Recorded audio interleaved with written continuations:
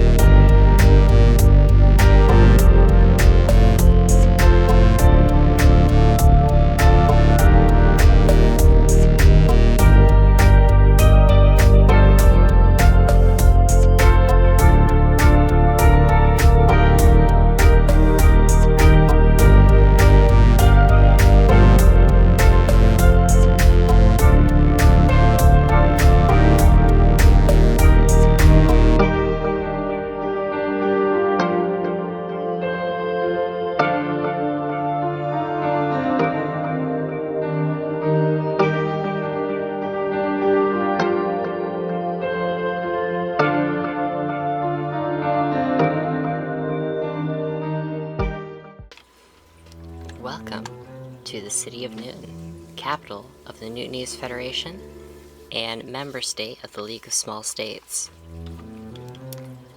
Starting our tour from the bridge, we have the Historical District, which essentially is the original town which was where Newton started, right? Like before all the expansion, before modernization, we had this quaint little place. And it's not quite Solarpunk, you'll notice. It's kind of medievally, you know, definitely looks old, definitely has some greenery around, but it's not Solarpunk. However, what starts it down that route of development, we have here the food forest. And the idea behind a food forest is that you're maintaining the forest habitat while at the same time growing food in it. You know, food forest. Very straightforward, actually. But what makes them special is that because of the mixture of plants, the food that's grown here is actually healthier than in other places, and you can produce slightly more, at least as much as a regular farmland.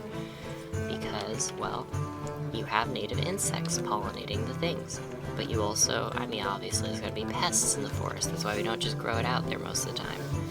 However, if we leave it uninterrupted, the insect pests will get eaten by either other insects or birds or frogs. Just leaving the habitat open allows all their predators to keep them in check, so our food stays healthier. And then the birds, obviously they're eating pests, but they also might eat a crop or two. However, other animals will move in to potentially eat them and make them, you know, a little less abundant in the area. And so it ends up being a self-regulating system where no pesticides and no fertilizers have to be applied. Everything takes care of itself, and they just have to harvest. And so starting from that point, they developed a lot more green than in our timeline. And over here, this is our coastal district.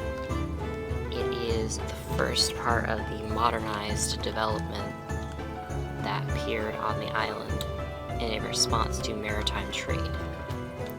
And unlike in our timeline, you know, you'll notice there is a lot more plants. There is a decent few of those in those planters and little shady areas, hanging pots.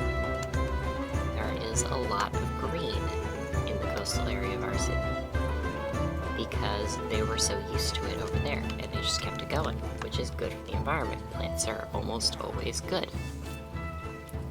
And then we get into the real bulk of the modernized development.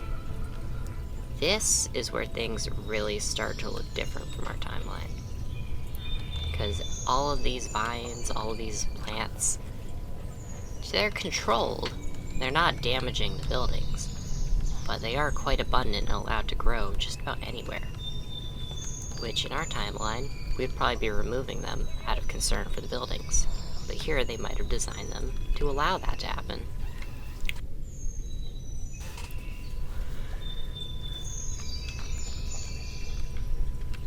And over here we have some villager housing, which was constructed mainly because the villagers struggle with pathfinding in paper servers.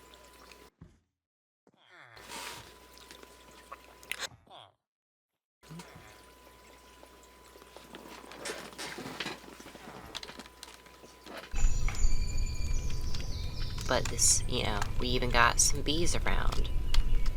And if we head over to the even more recent development, the high-rises, they've got green roofs, they've got bees all over the place. We got a nice little sniffer seed farm over here, got another wool factory over there. However, you'll notice they don't have smokestacks, so how are they powering their operation? Well, see this little pole here? Oh my god. Okay, so context behind the egg. My friend hid a bunch of those around about a month ago. There are 47 of them. I have found this is the 39th. That leaves 8 left. Anyways, where was I? Ah, yes, modernized skyscrapers.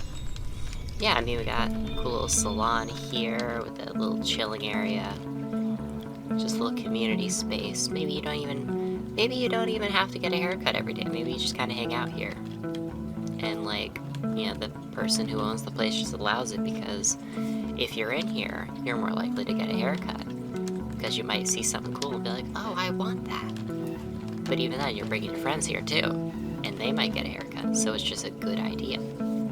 Good practice, while also providing a third space for people to hang out. In here, we have a little aquarium shop on the bottom floor. Top floor, garden shop. For all of the planters, for all of your various gardens. Because as we see, gardening's pretty big in the city.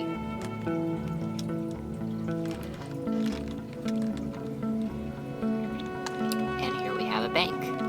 What does the bank do? Well, it doesn't exactly have a profit incentive. It is government owned. Because it manages the currency, manages some loans so people can get stuff started, buy homes, all that. But it's regulated so that it's not predatory. We don't end up with 2008 here.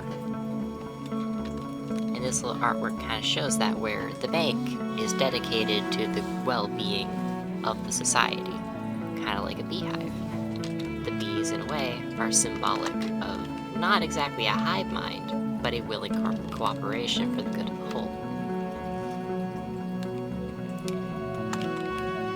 And over here we have some maybe higher value housing, because, no matter how equal a society is, you're probably going to end up with some people who have at least a little more wealth, unless you just outright control every house that's built, which is impractical and dumb. The market has a place, obviously. Just maybe not always. And this is the Newton's Capitol building, where our assembly takes place. However, you'll notice there are quite a few flags that do not look like the main Newton one right behind me there. Those belong to the other 3 states of the League of Small States, because this is where we hold meetings, as of now, before we have our full Capitol built.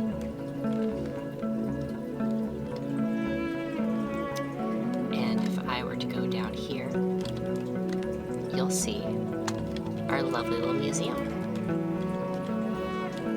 We got some just background lore, essentially. Just things that make it seem like the world has more history than it does, because, sure, this city, if I were to go by reality's sake, has only been here since March, pretty much. Maybe February, I think. Yeah, I think February was when I started building this place. However, it's got, obviously, an old sections of new development. It's got a deeper history than is actually there. And these artifacts help kind of tie it together, showing it going all the way back thousands of years. And these are just placement dates at the moment of what it would look like in our timeline. However, we don't have exactly a standardized time system for the server. Like, how long ago was a thing? I don't know, long ago. We don't really have a date system. So those are placement until we ever do, if we ever do. But down here,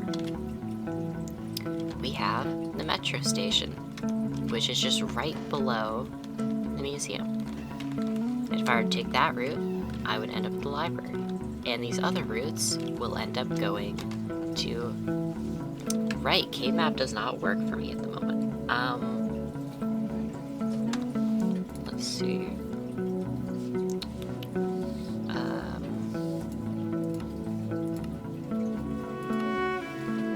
How do I turn off K-map? Oh, that's not it.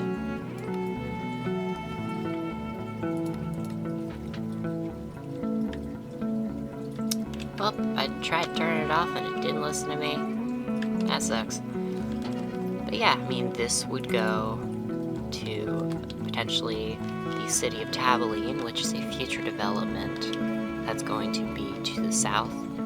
Maybe this one goes up north to Doris Bay, which is a military installation city with a large non-permanent population. And maybe this one goes to Archway, which is a city that's part of the League of Small States. It's one of those ones that you saw their flag up on that little area. You know, and if we need to expand more, this wall could be knocked down and expanded more. So it's gonna be a big old metro system. Plenty of places to go. But for now, how about we take it to the library? Well, that should be there.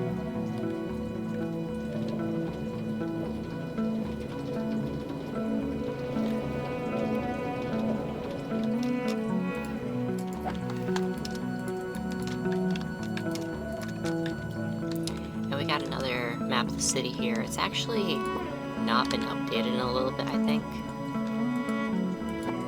So let me just, yeah.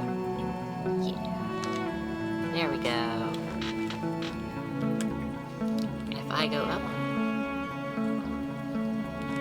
a little too far, this is the hangout area. And we got a trapdoor there to stop your fall, so you don't fall all the way down the station. But you could if you want to as well. I got a little area to just sit around, maybe read a book, maybe with friends. Something I've thought about doing is maybe adding a section for tools, like borrowing and putting back tools. Because in Solarpunk, an idea I have seen a lot is the idea of a library that does more than just books, more than just computers. Because not everyone needs a shovel, for instance.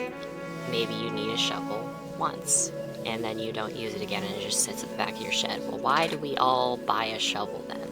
Why don't we just loan shovels to our friends? You know, it uses less iron, it uses less wood, it uses less plastic if that's what it's made of. It's less resource intensive to just share items. And so I've thought about maybe putting a tool return area here. Or maybe even like bikes or something. Although bikes would be hard to do in Minecraft. We don't really have bicycles. And building one, because they're so small, building one would be difficult. We could make it work though. Oh, and another area you might want to see, the market over there. We have this just beautiful little market. Off to the side, it's got this fountain, a bell, all these little stands for all these items, even an area for potentially player shops if they want to put them here. In fact, there are a lot of buildings, like all of those ones, those high-rises there are empty in case people want to get them. Magenta is already spoken for. The tall sandstone one here is pretty much already spoken for. Ooh, one that I have not shown you because I did an overview of all the city sections. Now we're going into the details. This is the hospital, where villagers tend to get trapped because, again, paper breaks their pathfinding. Be free.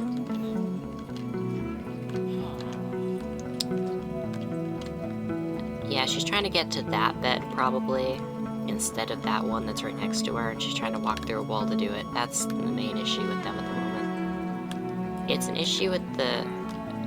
And you're a zombie, but you're also stuck there, and you're not even bothered. You're also not bothered. Neither of you are bothered by the zombie. Yeah, we got an operating room, a staff room. Oh, of course they can find this bed. And on top of the hospital, some beehives and a green roof. Some area for plants. And the green roofs. The green roofs, in my opinion, are some of the coolest things I've done with this city. Like, look at this. Just a nice little space you could hang out.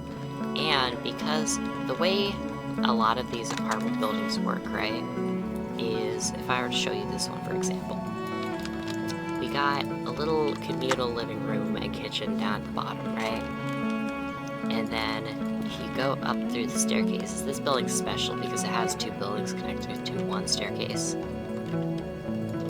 If I were to go to the second floor, living room, bedroom, bedroom. It looks better on the other side because you lead out into a living room and then a bedroom and a bedroom. And then there's a separate apartment with, again, 2 more bedrooms and a living room on top. And so it saves on space, although I can see why potentially you would not like living in the same living room, like using the same kitchen as your neighbor. Gives college dorm vibes, although I imagine because these would be family units, or at least populated by mostly adults, it would be a more amicable space. People maybe get along and be more responsible than a college dorm. But even if you're not into that, I'm sure there would also be a couple buildings where it's just one family, although I haven't designed interiors for most of those. They ended up being used as villager houses instead. And an idea I've had for Tabeline, that city to the south, is like 2 family homes with separate living rooms stacked on top of each other. Again, with a similar staircase, kind of like actual apartments, or how I imagine actual apartments. 'Cause, believe it or not, I do not live in a city. I live in like rural, middle of nowhere, up in the north. But I have visited like Boston and Burlington, and I think they were really cool. Let's see, any other buildings with special interiors? I can show you a map now. This is Doris Bay. This is the unfinished island I started working on a stream called, at the moment I call it White, but I call it that because Island of Wight in the UK. This is Newton. This is going to be Tabeline. This is Moravis. I think I'm going to make it a university. It's originally just a dark mansion. And this is Neldine Island. It's going to have a lighthouse and a couple houses. Then up here we have League of Small States member, France, and the other town of Port-Poisson. This is Elenethia. It is this massive chunk of land right here. This is the spawn area. Here is another member called Archway. Encompassing that, it is one single city. And we got one more member right here, is Castillo na Forja. I don't actually know how to spell Forja. I think that's close. It's, Castillo is Tagalog, and Forja is Irish Gaelic. But it encompasses this area here, I think maybe up to there. I have a map, and if anyone's interested, I can show the map. This is the dwarves, they're not part of this. And this is going to be the capital territory of the League of Small States, the area where we all have equal control and all that. Kind of like Brussels in Belgium for the EU. But yeah, I think I have shown off most of the things here, aside from maybe the aquaculture area, but I could just visually show you that while I'm talking about other things. So basically, yeah, this is the city. The idea behind it was to explore kind of an alternative route of development where maybe we didn't burn fossil fuels as part of the Industrial Revolution, maybe we just use wind power, which I've yet to construct wind turbines, I'll get to that eventually. And maybe we have more green cities, maybe we have green roofs that develop way earlier than they did in our timeline. Maybe it's just normal to care about the environment, care about animals. I know, really ideal kind of things, but in a sense that is what Solarpunk is. It's an idea of an ideal society where we actually care about nature. Yeah. But in any other news, this has been the Red Alien. This server is the ASMP, which I will link the server Discord, which has the Minecraft server IP on it, if you want to join. And this has been the Red Alien. I leave in peace. Don't forget to subscribe. Bye!